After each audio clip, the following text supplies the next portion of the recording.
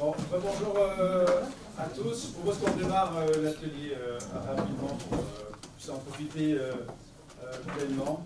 Je vais laisser Bertrand se présenter. Après, on présentera le projet. Et vous pouvez commencer à poser des questions si vous le souhaitez. L'idée, c'est qu'on ait un dialogue qui sera assez interactif. Juste des questions. Je viendrai, comme la conférence est enregistrée, je pense que vous l'avez précédemment, c'est mieux si vous parlez dans le micro. Derrière, comprendre ce que vous avez dit. Voilà, bonjour à toutes et tous. Je suis Bertrand Fouché, donc je ne suis pas membre des EDC, mais j'ai été gentiment invité par Guillaume. Non, pas encore membre. Comment ? Oui, j'ai entendu tes propositions répétées. C'est sur le chiffre que tu vas être réduit. Et puis je remercie aussi Patrice pour la préparation. Donc pour me présenter en quelques mots, donc moi j'ai 20 ans d'expérience, un peu plus de 20 ans d'expérience professionnelle dans le domaine du conseil et du digital, 10 ans chez Capgemini, 10 ans, une dizaine d'années chez Accenture. Et en fait, à partir du milieu des années 2000, je me suis intéressé à l'entrepreneuriat social à titre bénévole. D'abord, en tant que président d'une entreprise qui s'appelle Artibois à Vaux-en-Velin. Et en fait, j'ai rejoint en 2016, toujours à titre bénévole et extra-professionnel, en fait, un projet qui s'appelle Territoire zéro chômeur de longue durée. Donc, vous avez peut-être entendu parler. Et notamment sur le territoire de Villeurbanne, qui à l'époque préparait sa candidature. Voilà. Et donc j'ai contribué avec l'équipe à monter le dossier. Et puis Villeurbanne a été choisi parmi 10 territoires en France pour lancer concrètement cette expérimentation. Et à ce moment-là, je m'étais tellement investi dans le sujet et puis avec une aspiration personnelle assez forte pour pouvoir continuer finalement à m'exprimer professionnellement dans le domaine de l'entrepreneuriat social que j'ai proposé en fait à Accenture, mon employeur, de rejoindre le projet dans un premier temps en mécénat de compétences. Donc Accenture a tout de suite signé en disant, dans le cadre d'une politique qui développe assez fortement sur la mise à disposition de compétences, de structures d'intérêt général, en disant c'est super, on se cherchait la manière de s'investir sur ce projet, tu tombes au bon moment, donc on te libère un an. Bon. Donc j'ai fait 1 année, 2 années, 3 années, 4 années, à plein temps, donc comme pilote du projet et dirigeant de l'entreprise dont je vous ai parlé sur Villeurbanne. Et là, progressivement, à partir de la rentrée, là, on va diminuer l'engagement Accenture et puis progressivement, c'est le projet qui va prendre le relais. Alors voilà, donc le projet Territoire zéro chômeur de longue durée, il est né d'un plaidoyer intense de plus d'une vingtaine d'années de grandes associations de solidarité comme ATD Quart Monde, Emmaüs et le Secours catholique. Et il a été concrétisé en fait par une loi d'expérimentation en 2016 qui donc permet sur chacun des 10 territoires qui ont été retenus d'innover complètement sur la manière d'éradiquer le chômage de longue durée. Donc concrètement, ça se passe comment ? Donc nous, on est implanté dans un territoire, dans un quartier de Villeurbanne, qui est le quartier Saint-Jean pour ceux qui sont de la métropole, là où il y a les puces. Il n'y a pas que les puces, c'est aussi un des quartiers les plus pauvres de la métropole de Lyon, de 4000 habitants, avec un taux de chômage réel à peu près de 30%, un revenu médian de 11 000 euros par an et par habitant, et puis toutes les problématiques que vous pouvez imaginer sur ce genre de quartier. Sur la dégradation d'espace public, du logement social, de problématiques de coexistence entre communautés, etc. Et concrètement, en fait, le modèle nous a amené à créer une entreprise donc, que je dirige aujourd'hui, qui s'appelle Émergent, J-E-A-N comme le quartier, donc qui a pour mission, qui a 2 métiers. Le premier, c'est la création d'emplois supplémentaires et le maintien dans l'emploi. 2 personnes qui sont des grands exclus du marché du travail. Donc là, on parle de chômage de longue durée, donc du chômage d'exclusion qui concerne des personnes qui sont au chômage depuis plus d'1 an, mais en moyenne depuis 4 ou 5 ans. Et notre deuxième métier, c'est la production d'activités nouvelles, qui sont interstitielles, c'est pour répondre à des nouveaux besoins des habitants et des entreprises. Et l'idée, c'est que concrètement, on recrute en fait sans sélection, en CDI, exclusivement des chômeurs de longue durée, et qu'on paye au SMIC. Et à partir de leurs compétences, on développe une offre de service qui, elle, vient répondre aux besoins du territoire. Le modèle économique de l'entreprise, il est double, puisqu'en fait, on a 2 métiers. Donc, notre premier métier de création d'emplois supplémentaires et de maintien dans l'emploi, il est rémunéré par les économies qu'on fait faire à la collectivité sur les coûts du chômage. Le chômage de longue durée, c'est à peu près 1 SMIC brut par an et par chômeur. Ça coûte. Collectivement, on accepte de payer 40 milliards d'euros en France pour le chômage de longue durée chaque année. Alors, bien sûr, là-dedans, il n'y a qu'un tiers de ce coût qui va directement dans la poche des chômeurs. Tout le reste, ce sont des manques à gagner sociaux, fiscaux que crée la privation d'emploi. Donc on mobilise cette économie pour pouvoir l'investir dans la création d'emplois. Donc ça, c'est notre première source de revenus. Et notre deuxième source de revenus, c'est le chiffre d'affaires qui est lié à nos activités. Donc on a constitué cette entreprise de format très classique, en SAS. On a une dizaine d'associés qui sont des entreprises, des PME du quartier, des entreprises d'insertion, des bailleurs sociaux. Elle s'inscrit dans l'économie sociale et avec donc pour mission la réalisation des deux métiers que je vous ai indiqués. Donc concrètement, on a créé plus d'une centaine d'emplois depuis 2017. Aujourd'hui, 90 salariés, on a 90 salariés qui sont tous ex-chômeurs de longue durée. On a une vingtaine d'activités différentes à destination des habitants. On a ramené des services publics dans le quartier, enfin des services pas publics dans le quartier. Par exemple, on a un atelier de retouche couture. On réalise maintenant le service postal qui avait disparu depuis 5 ans. On a repris le point de vente des tickets TCL. On fait du soutien scolaire.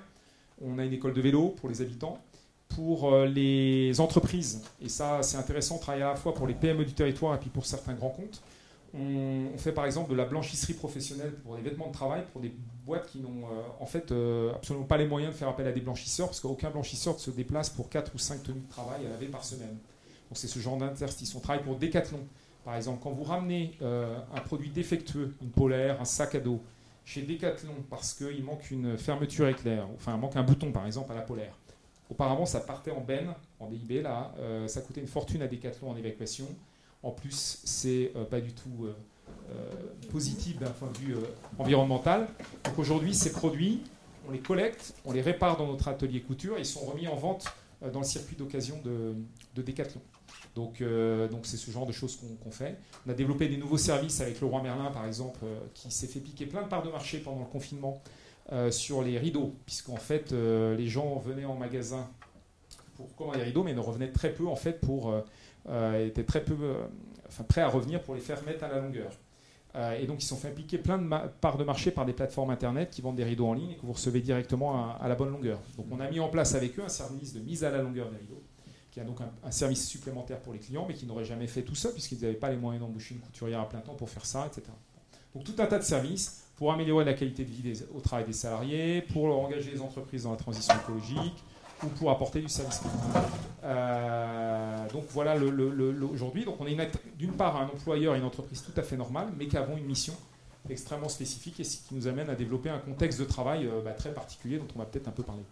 Est-ce que tu peux nous parler des personnes que vous accueillez, quel est leur profil?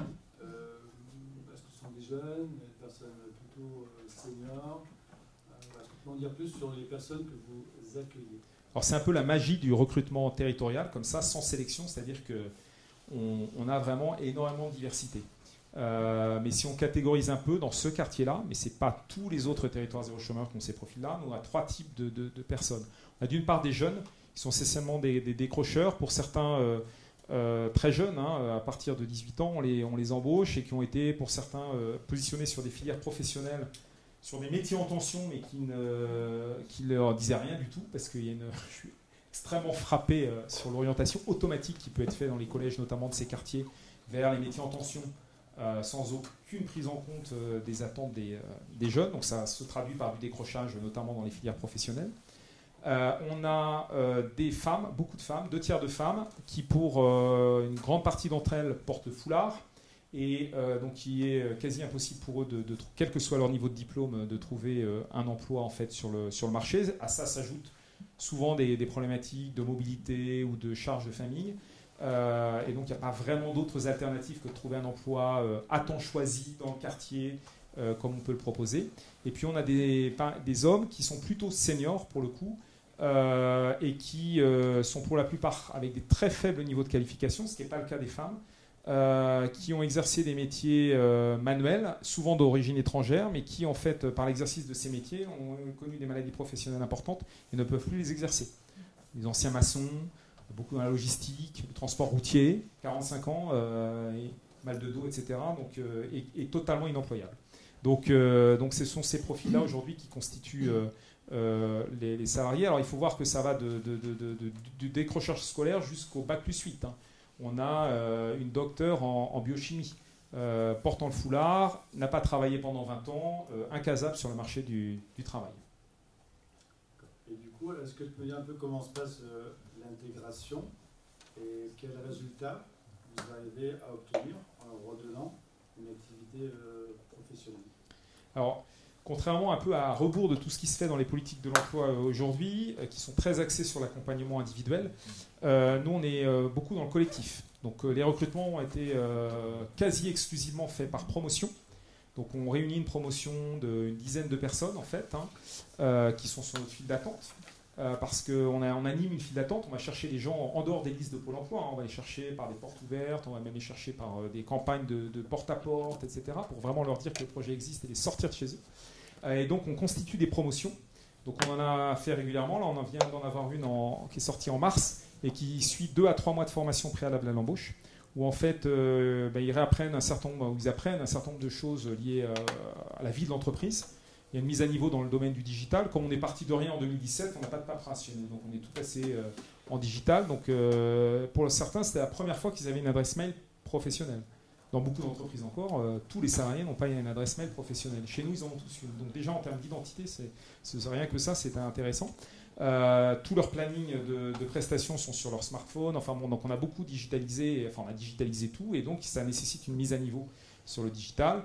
Il y a toute la question du travail ensemble. Quand on a été exclu du marché de l'emploi pendant 4 à 5 ans, on n'a plus forcément les réflexes de travail des collègues, de relations. Donc on investit beaucoup dans tout ce qui est communication bienveillante, et puis tout ce qui fait le collectif en fait, de travail.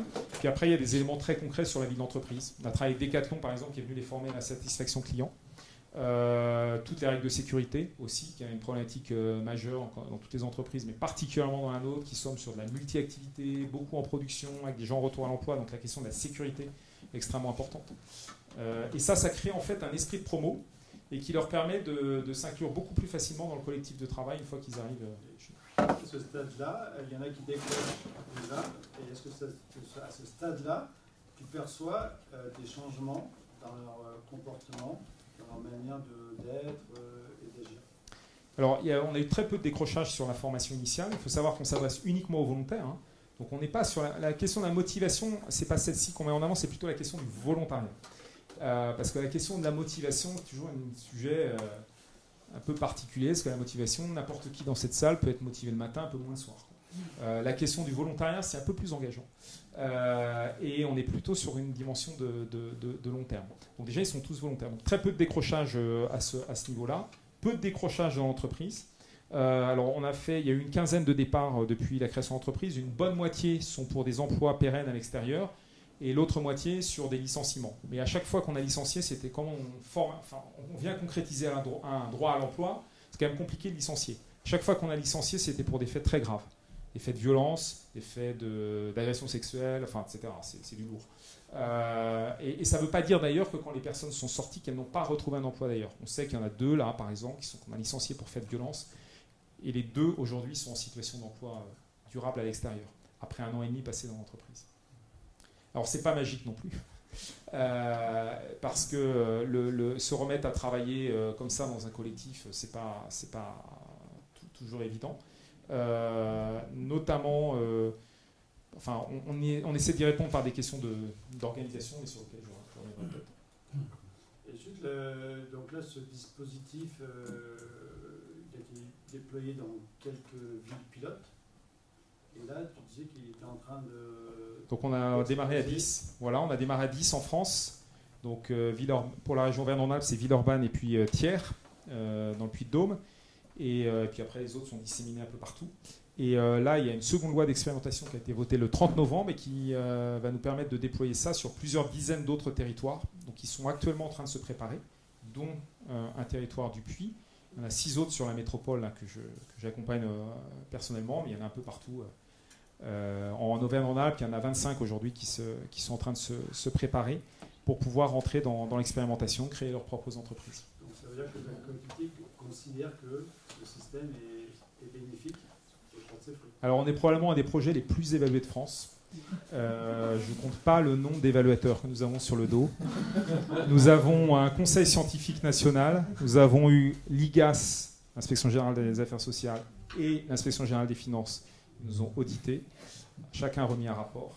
On a le fonds d'expérimentation qui pilote nationalement l'expérimentation, qui remet un rapport tous les 6 mois. On a un comité scientifique local qui nous évalue plus. Donc ça, on a 5 évaluateurs officiels. Donc c'est à partir de ces rapports qu'a été proposée la seconde loi, qui a été votée à l'unanimité. C'est un projet qui a un consensus politique extrêmement large, parce que chacun y trouve un peu ce qu'il veut trouver. Et il faut savoir que ce qui est intéressant, c'est qu'il y a une énorme demande des territoires. C'est-à-dire que la main est vraiment donnée aux territoires pour piloter ces projets. Et notamment les maires, les députés, etc. sont extrêmement friands de ce projet, beaucoup plus que l'État central, qui suit, mais qui suit sur pression en fait des territoires, parce que la main leur est donnée sur un outil nouveau. Toi, comment tu mesures les impacts sur les personnes au bout de 4 ans? Pour toi, quels sont vraiment les bénéfices pour les personnes? On est là pour dire l'entreprise de l'humanité, le fait de les mettre dans une entreprise un petit peu particulière, mais quels sont les impacts positifs que tu as perçus, que tu peux nous partager? Alors il y a des choses très concrètes dans l'accès à l'emploi, c'est déjà le salaire.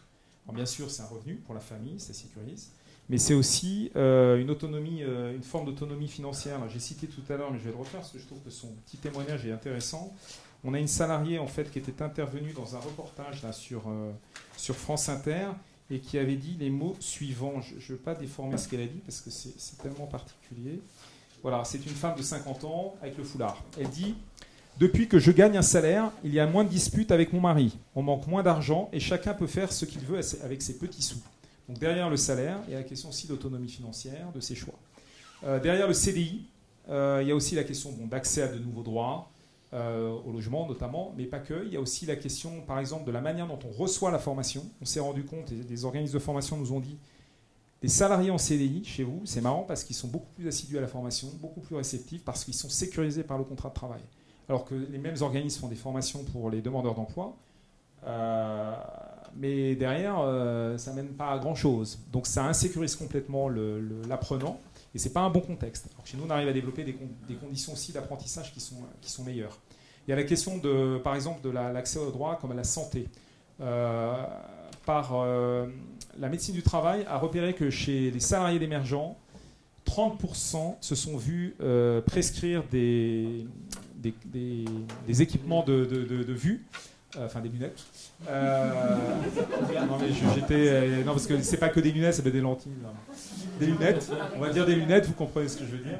30% des salariés se sont vus prescrire des lunettes suite à leur première visite de médecine du travail. Donc les lunettes, qui sont quand même un produit aujourd'hui d'ailleurs totalement couvert par l'assurance maladie, finalement on se rend compte que par manque de prévention, etc., il y avait 30% des salariés qui voyaient mal. Donc ça c'est quand même aussi ce que permet le retour à l'emploi et aux droits associés à l'emploi. Bon, bien sûr il y a les questions de regard des proches sur le fait que les personnes travaillent.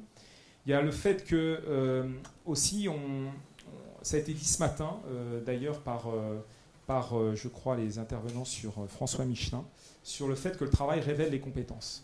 Et là, j'insiste un peu sur le recrutement sans sélection, parce que ça a été aussi dit par Andy Soie, sur une forme qui n'est pas le recrutement sans sélection, mais qui est le recrutement sur simulation, qui est approchant, parce qu'il y a quand même une sélection. Mais on va dire que dans les processus de recrutement habituels que vous devez conduire, comme je conduis moi, on évalue par le CV du candidat et par l'entretien, essentiellement des compétences de nature discursive, c'est-à-dire la capacité à se mettre en avant de manière écrite et de manière orale dans un entretien. Mais ça ne dit absolument rien des capacités, des compétences réelles de la personne, notamment sur les métiers, on va dire, d'exécution, d'opérateur, etc.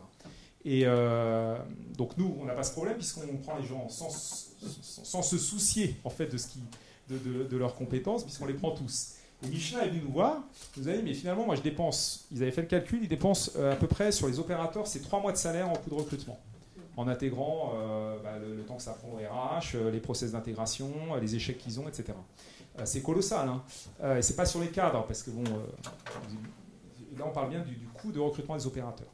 Et donc c'est un coût important pour un résultat qui est quand même, de temps en temps, assez aléatoire. Et donc la question sur les modes de recrutement, alors sans aller forcément jusqu'au recrutement sans sélection, mais ce que j'ai entendu ce matin sur le recrutement sur simulation est extrêmement intéressant, parce que là on est sur on vérifie comment les compétences s'exercent, et c'est ça le juge un peu de paix. C'est au pied du mur qu'on reconnaît le maçon. Donc cette question de se mettre en situation d'exercer, de valoriser ses compétences, elle est extrêmement importante. Et j'ajoute un point là-dessus, c'est que contrairement à beaucoup d'entreprises d'insertion notamment, nous, les équipes d'activité, en fait, sont organisées et managées par les salariés eux-mêmes, qui se répartissent en fait les fonctions d'organisation de l'activité.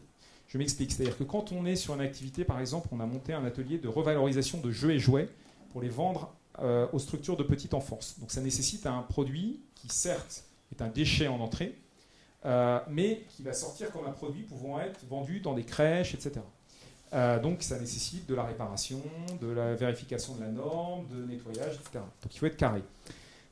Simplement, cette activité-là, elle est confiée à une équipe, mais qui assure l'ensemble du processus. Aussi bien la collecte chez les partenaires, que la réparation, le nettoyage, que la fixation du prix en gérant la base de données, que la commercialisation. On a vendu au grand public à la Part-Dieu pendant les fêtes de Noël, c'est l'équipe de salariés qui a assuré la vente. Donc en fait, on n'est pas cantonné à des tâches d'exécution. Collectivement, et encore une fois, l'équipe prend en charge l'ensemble de la mini-activité et en se répartissant les tâches. Dans chaque équipe d'activité, on a au moins un référent sécurité, au moins un référent client et au moins un référent ressources, c'est-à-dire qui s'occupe du planning et du matériel. Et en fait, on s'était dit que si on nommait des chefs, alors déjà parmi les salariés, c'était compliqué parce qu'ils nous avaient dit, nous, on est collègues le jour, mais on est voisins le soir.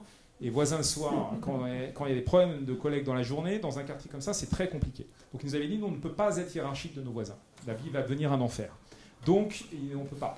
En revanche, il fallait bien organiser l'activité. Donc on accepte de prendre chacun des responsabilités différenciées, sans lien hiérarchique. Mais le lien hiérarchique, finalement, on a très peu besoin. Je veux dire, il peut être géré par la direction. Les événements de nature disciplinaire qui nécessitent vraiment un acte hiérarchique, il n'y en a pas tant que ça. C'est quelques-uns par mois, c'est pas colossal. Donc retirer, quand on réfléchit vraiment à ce que veut dire le lien hiérarchique, c'est extrêmement intéressant. Donc on a dépouillé en fait ces fonctions du lien hiérarchique. En revanche, on a laissé tout ce qui concerne la question de l'organisation de l'activité, et notamment par la prise de responsabilité des salariés. Si vous avez des questions. En partiel, temps plein. C'est temps choisi. Oui, le temps partiel, temps plein. Donc, si je n'ai pas dit tout à l'heure, c'est temps choisi, c'est-à-dire que les personnes travaillent le nombre d'heures qu'elles souhaitent. Et elles peuvent réévaluer aussi leur volume horaire dans le temps. Et donc, en moyenne, on est à 90% de temps de travail. Mais c'est très différent, notamment entre les hommes et les femmes. Les hommes sont quasi tous à 100%, et les femmes, c'est entre 50 et 90. Mais ce qui est intéressant, c'est que ça évolue dans le temps. Beaucoup sont entrés en disant, moi, je peux travailler que 20 heures. Et progressivement, ce qu'on voit, c'est qu'ils augmentent. La plupart augmentent leur temps de travail parce qu'ils prennent confiance, parce qu'ils aménagent leur vie, etc. Il y avait une question. On a entendu plusieurs fois aujourd'hui qu'une de nos missions de dirigeants, c'est de repérer et faire grandir les talents. Je trouve ça super intéressant parce que tu pars des gens comme ils sont et tu repères leurs talents. Est-ce que tu peux nous dire comment tu fais et comment on peut s'en inspirer ? Alors sur la question des talents, que je fais le pont avec plutôt la question de la compétence, le point d'entrée dans le projet, c'est vous n'êtes pas un demandeur d'emploi, c'est vous êtes un habitant déjà. Donc même si il est par ailleurs privé d'emploi, mais l'entrée c'est habitant. Donc déjà on te dit t'es pas un privé d'emploi, t'es pas un chômeur, t'es un habitant ou une personne. Et donc on part de là. Et le point d'entrée, donc c'est vraiment orienté autour des compétences. Dans ce que je vous ai dit tout à l'heure, qu'est-ce que je sais faire, qu'est-ce que je peux faire, qu'est-ce que je veux faire. Et donc ça nous sert de base. On constitue une bibliothèque en fait avec vraiment de profils compétences et qui ensuite va nous servir dans l'entreprise à déjà. Alors il y a toutes les compétences techniques et professionnelles et qui permettent assez vite d'affecter les personnes sur l'activité, notamment si elles souhaitent s'orienter vers celle-ci, parce qu'elles le choisissent. Mais surtout, on travaille beaucoup aussi sur les compétences transversales, parce que finalement, par rapport à beaucoup d'organismes de formation, d'entreprises d'insertion ou même vos entreprises, on est moins bon sur l'exécution du métier, parce que 20 activités différentes, une boîte qui a 4 ans d'existence, je veux dire, on n'est pas très légitime sur la production du métier. On essaie de satisfaire nos clients, mais les process sont quand même pas tous carrés et encore pas suffisamment apprenants pour qu'on puisse se revendiquer de former professionnellement ou techniquement les personnes. En revanche, là où on est bon, c'est sur les compétences transversales. Et donc là aussi, on a travaillé sur la partie du référentiel des compétences transversales de Pôle emploi. Il y a 14 compétences transversales à une déclinaison dans l'entreprise. Qu'est-ce que ça veut dire avoir le sens de la communication ? Ce n'est pas exactement exprimé comme ça, mais dans notre entreprise, ça veut dire quoi ? Et avec des niveaux, en fait, sur lesquels chacun s'évalue est amené à même être évalué par ses collègues. Donc on a un référentiel de compétences transversales, c'est une forme de badge en fait, hein, et qui permettent de construire des parcours autour de ça. Mais là, on commence à investir sur ce chantier, hein, parce que pendant les 3 premières années, on était vraiment concentré sur activité puis structuration de l'emploi. Maintenant, la question de la compétence, elle arrive, parce qu'avec autant de salariés qui commencent à avoir de l'ancienneté, on a une obligation de se préoccuper de leur employabilité et de leur développement de compétences. Hein. C'est même une obligation du droit du travail. Donc on investit beaucoup sur cette question. Ouais, donc moi j'aurais simplement une question. Donc l'atelier, donc entreprise, école d'humanité, quelle loi. Donc votre cas, il est vraiment très très intéressant, mais quand même un peu extrémiste quelque part. Je suppose que les 30 personnes qui sont dans cette salle n'ont pas l'intention de reproduire ce même... Donc qu'est-ce que vous auriez envie de nous donner comme conseil pour l'école d'humanité dans notre entreprise, et quelle loi vous nous suggérez? Alors, aucun conseil. 2 minutes. Non, mais aucun conseil. Je ne l'ai pas dit en introduction, mais on est à la fois une vraie entreprise, avec tout ce qui s'attache à la fonction d'employeur que vous connaissez tous, et en même temps dans un contexte extrêmement particulier. On est très jeune, on expérimente, donc aucun conseil. Il est ultra particulier. Il est ultra particulier. Alors, ce que je vous ai dit, par exemple, dans les méthodes de recrutement, je ne vais pas revenir dessus, mais il y a probablement des choses à travailler. La question du collectif et du partage de la responsabilité, c'est déjà le cas dans beaucoup d'entreprises hein, qui réfléchissent aux pratiques de management, etc. On n'a rien inventé non plus hein, là-dessus. Il y a un sujet, c'est la question du dialogue social. Parce que tout le monde pense que c'est des bisounours. Chez nous, non. Il faut savoir que la CGT à Villeurbanne a 2 problèmes. C'est General Electric, le site qui devait fermer, et puis Émergent. C'est dans le progrès, vous pouvez le lire. On a eu de très gros conflits syndicaux en 2019. Louis Gallois, qui préside l'expérimentation au niveau national, qui avait présidé à la SNCF, m'a dit mais écoute, ce que je vois dans Émergent, j'ai jamais connu ça. Quoi. À la SNCF, j'ai jamais vu ça. Donc je peux vous dire que le dialogue social chez nous, c'est ardos. Et je ne vous envie pas de vivre ce qu'on vit. Alors, pourquoi c'est dur c'est parce que déjà, on est un peu en première ligne. Dans des quartiers pareils, il y a beaucoup de tensions qui s'expriment, qui ont été, pour lesquelles certains syndicats ont trouvé un support, en fait, finalement. Et comme on est en première ligne, on ramasse un peu la colère du monde, quoi. Après, il y a aussi la compréhension de ce projet, elle n'est pas forcément partagée par tous. C'est pas parce qu'on donne du boulot aux gens que ça va à tout le monde. Et donc, comment on a déminé ça déjà en réaffirmant la centralité du dialogue social. En disant, c'est vraiment, même si c'est extrêmement dur, on se fait vraiment une obligation de faire vivre. Moi, j'ai des copains entrepreneurs, ils me disent, c'est génial, chez moi... management libéré, subsidiarité, machin. Donc, bien évidemment, pas de dialogue social, constat de carence. Je dis, pour moi, c'est pas une bonne nouvelle. Parce que tu peux tout à fait pratiquer un management participatif, libéré, etc. Mais il faut quand même... Enfin, moi, je vois au quotidien que le fait d'avoir des instances représentatives qui fonctionnent, nous, c'est dans un contexte assez dur, ça s'est calmé depuis, mais ça fait partie de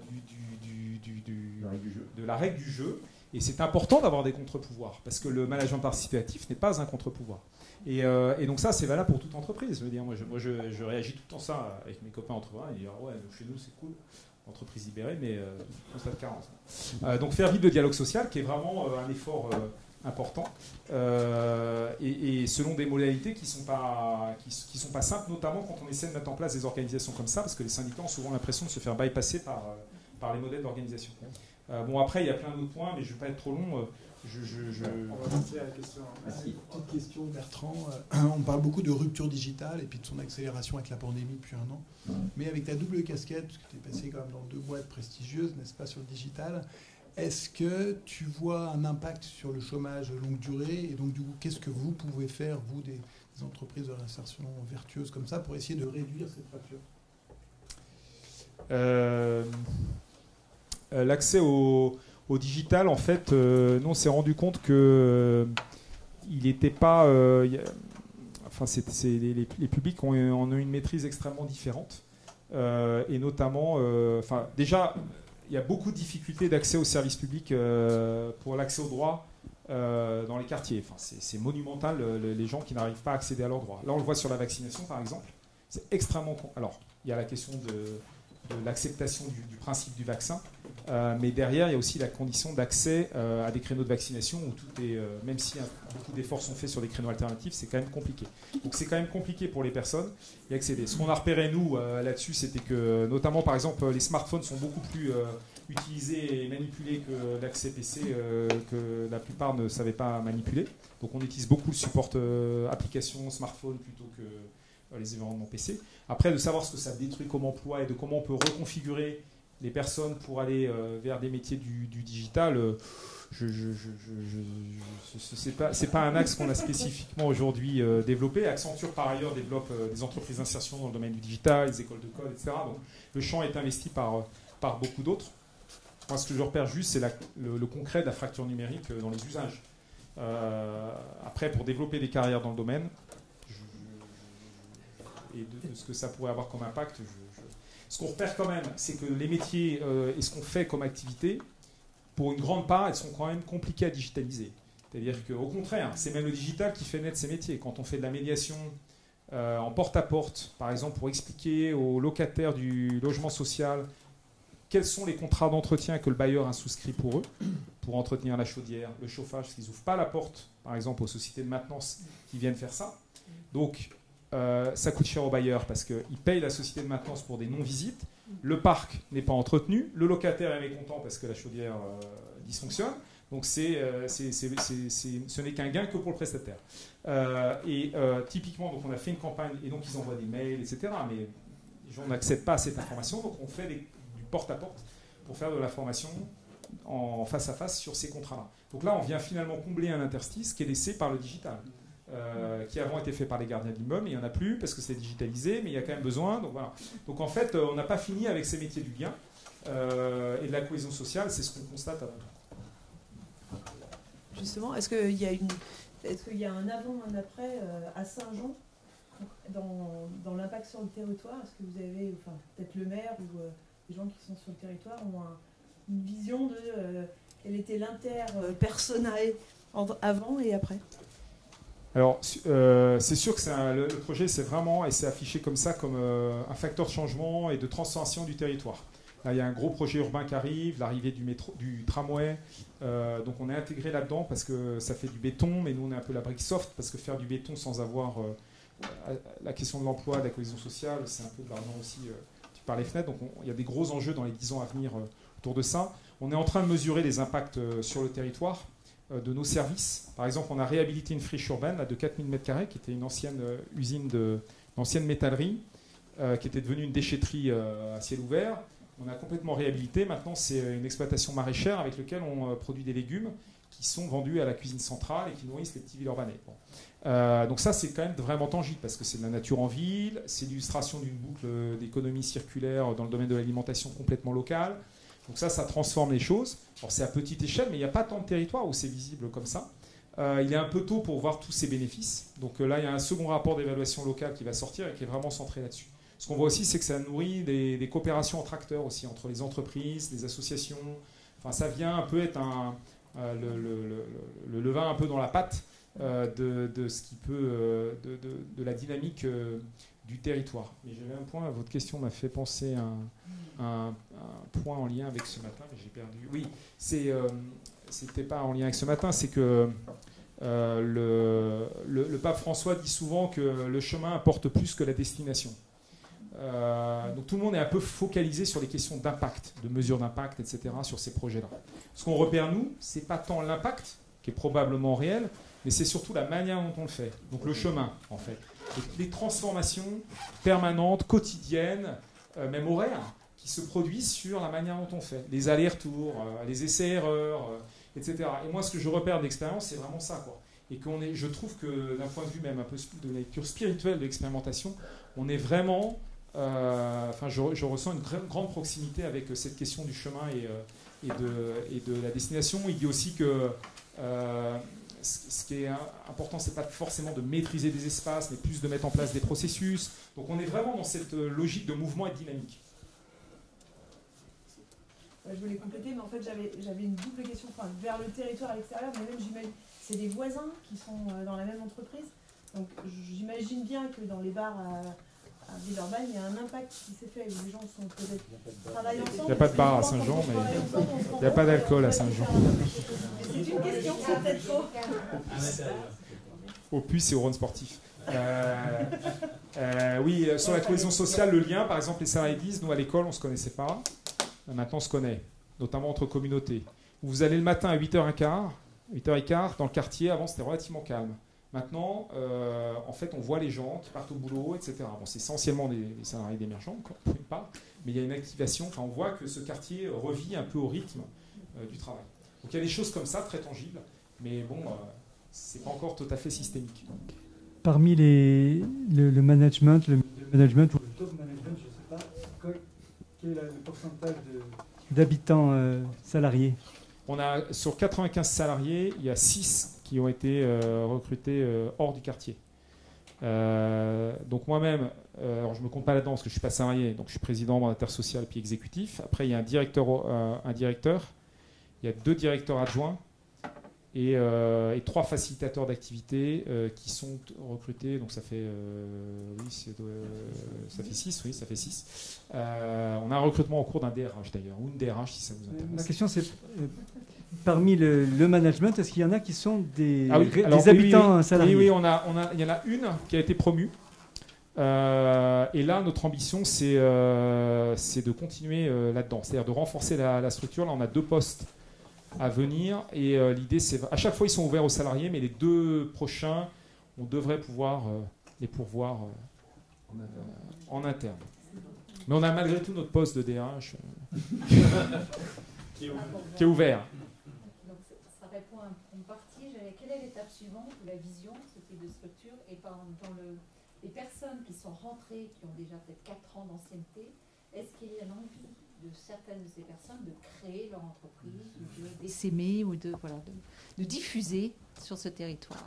Alors, l'expérimentation dans son ensemble, donc elle va prendre une nouvelle ampleur avec la nouvelle loi, les autres territoires. Nous-mêmes, on est prolongé de 5 ans là. Donc ça donne un peu du temps pour voir. On a prévu de créer encore 60 emplois là, dans les 2 ans qui viennent, dans 2 filiales spécialisées. On n'est pas au bout, puisque notre enjeu, c'est ce qu'on appelle l'exhaustivité, c'est les fameux 400. Hein, donc on en aura fait 150, 160.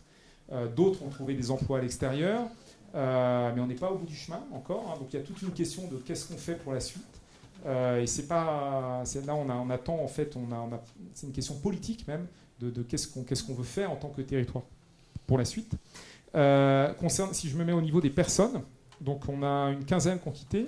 Il y en a à peu près une grosse moitié pour des emplois à l'extérieur au moins équivalents, c'est-à-dire en CDI. Donc ça, et on permet beaucoup de souplesse, on accompagne, etc. Tous les projets vraiment de transition professionnelle à l'extérieur. Les autres ont quitté pour des raisons souvent très graves, mais ça ne veut pas dire qu'ils n'ont pas retrouvé un job. Et l'enjeu qu'on a, nous, on ne pousse pas les gens dehors. On a une responsabilité de les accompagner s'ils ont un projet. C'est pas un SAS, c'est vraiment la construction d'un emploi supplémentaire durable. Simplement, le SMIC est déjà en soi un facteur d'incitation à l'extérieur, parce que les personnes qui grandissent assez vite en compétences, elles peuvent assez vite trouver mieux que le SMIC. La moindre convention collective, auquel nous on n'a pas de convention collective encore, la moindre convention collective elle est toujours un chouïa mieux que le SMIC. Donc il y a déjà des incitations financières à partir, mais il est probable, il est évident qu'un certain nombre de personnes continueront leur carrière au sein d'émergents, en développant des compétences, en pouvant multiplier les activités sur lesquelles est impliqué et en prenant des responsabilités, notamment d'encadrement. Et donc c'est à ça qu'on se prépare maintenant. Mais ça, c'est un peu l'expérimentation. Alors vous me direz, on aurait pu le voir avant. Bon. Mais dans les concepteurs du projet, CDI, c'était avant tout vu comme une garantie d'emploi et l'accès à des droits, etc. Ils avaient un peu moins vu la question du développement de la compétence, du développement de l'ancienneté, de qu'est-ce qu'on fait de tous ces gens, etc. Donc ça, c'est la question très brûlante qu'on a sur la table. Question que je vais te poser. Donc du coup, là, tu es dirigeant d'entreprise. Quel sens tu donnes à ce que tu fais? Ça fait un peu écho à ce qu'on disait ce matin. Est-ce que tu pourrais nous restituer, pour toi, quel est le sens de cette mission? Et tu n'as pas trop développé pourquoi tu avais choisi à un moment de... te lancer. Mais déjà pour toi, quel sens ça a et, Alors, je suis effectivement formellement dirigeant, seul mandataire social de la SAS. Après, contrairement à beaucoup d'entre vous, je suis par ailleurs, aujourd'hui encore, jusqu'en septembre, salarié d'Accenture. Donc, je n'ai pas d'incertitude, on va dire, et titulaire d'un CDI par ailleurs. Donc, je n'ai pas d'incertitude liée à mes revenus, ni à mon patrimoine lié à ce projet d'entreprise. Donc, je le précise quand même, parce que c'est certes dirigeant, mais... quand on dit entrepreneur, oui, des projets, je dirige une boîte, les problématiques de management, tout ce que je vous ai raconté, la CGT en face. Mais enfin bon, il faut rester modeste quand même par rapport à ce que ça représente pour beaucoup d'entre vous. Après, à titre perso, et puis en plus, cette entreprise, elle vit de manière très... moi, je suis associé minoritaire, mais elle vit de manière très collective. Dans la gouvernance, on a vraiment un conseil de surveillance qui est très actif. Là, on va nommer un directeur général et puis un président de conseil de surveillance pour un peu trianguler, parce qu'on rentre dans une phase d'expérimentation où il fallait être très agile avec une ligne courte, notamment sur la question de gouvernance. Donc j'étais seul mandataire social, seul sur le CABIS, parce que ça a permis de faire les 5 premières années. Maintenant, on rentre dans un effet d'un peu de stabilisation. Donc là, on va collectiviser un peu la gouvernance et je trouve que ça va vraiment dans le bon sens, parce que notamment, on se rend compte que quand on est 3, avec des responsabilités qui ne sont pas les mêmes, entre président, directeur général et puis président conseil de surveillance sur une mission de contrôle et de soutien, on a beaucoup travaillé cet équilibre-là. Moi, je trouve que c'est super d'arriver à produire des modèles de gouvernance équilibrés comme ceux-là.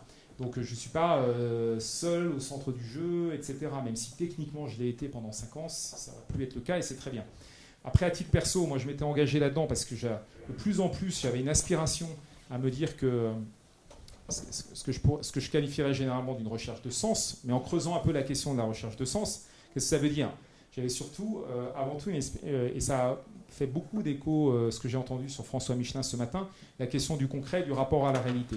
En fait, quand je vois ce que j'ai retrouvé aujourd'hui, c'est vraiment ça. Mais que vous vivez où dans vos entreprises comme dirigeant, c'est un peu débile de le dire là, mais chez Accenture, on est très content quand on a réalisé sa mission, quand on a fait une présentation PowerPoint à un client ou à son patron, encore pire, qui fait qu'on a validé un contrat, un projet.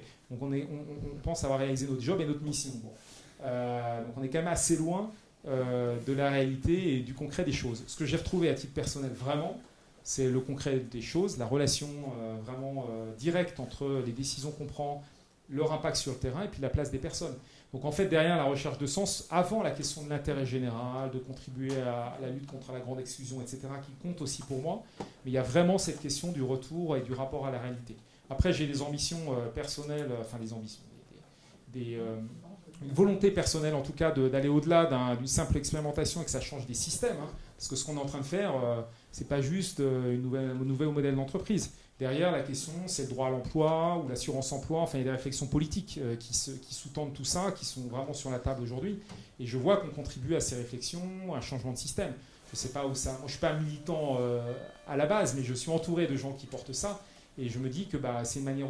Mon service, c'est un peu de manière opérationnelle d'essayer de tester des choses qui peuvent contribuer à un propos beaucoup plus politique ou de transformation. Parce que si c'était juste m'amuser en expérimentant à être opérateur, je pourrais le faire dans d'autres contextes.